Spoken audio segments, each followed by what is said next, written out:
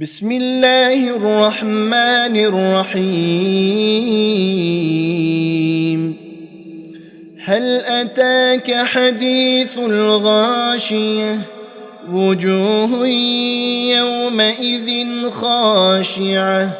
عاملة ناصبة تصلى نارا حامية تسقى من عين آنية ليس لهم طعام إلا من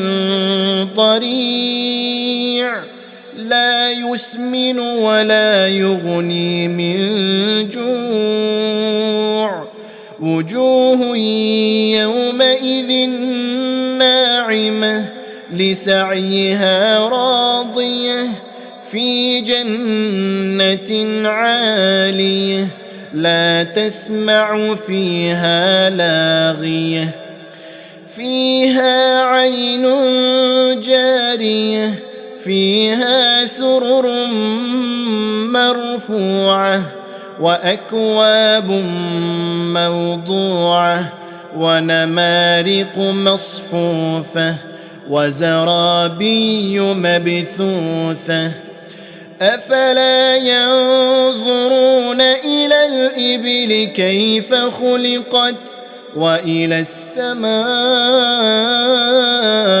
كيف رفعت وإلى الجبال كيف نصبت وإلى الأرض كيف سطحت فذكر إنما أنت مذكر لست عليهم بمسيطر إلا من تولى وكفر فيعذبه الله العذاب الأكبر إن إلينا إيابهم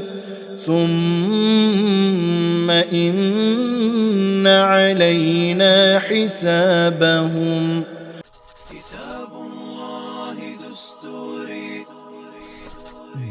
كتاب الله دستوري وخير الخلق أسوتنا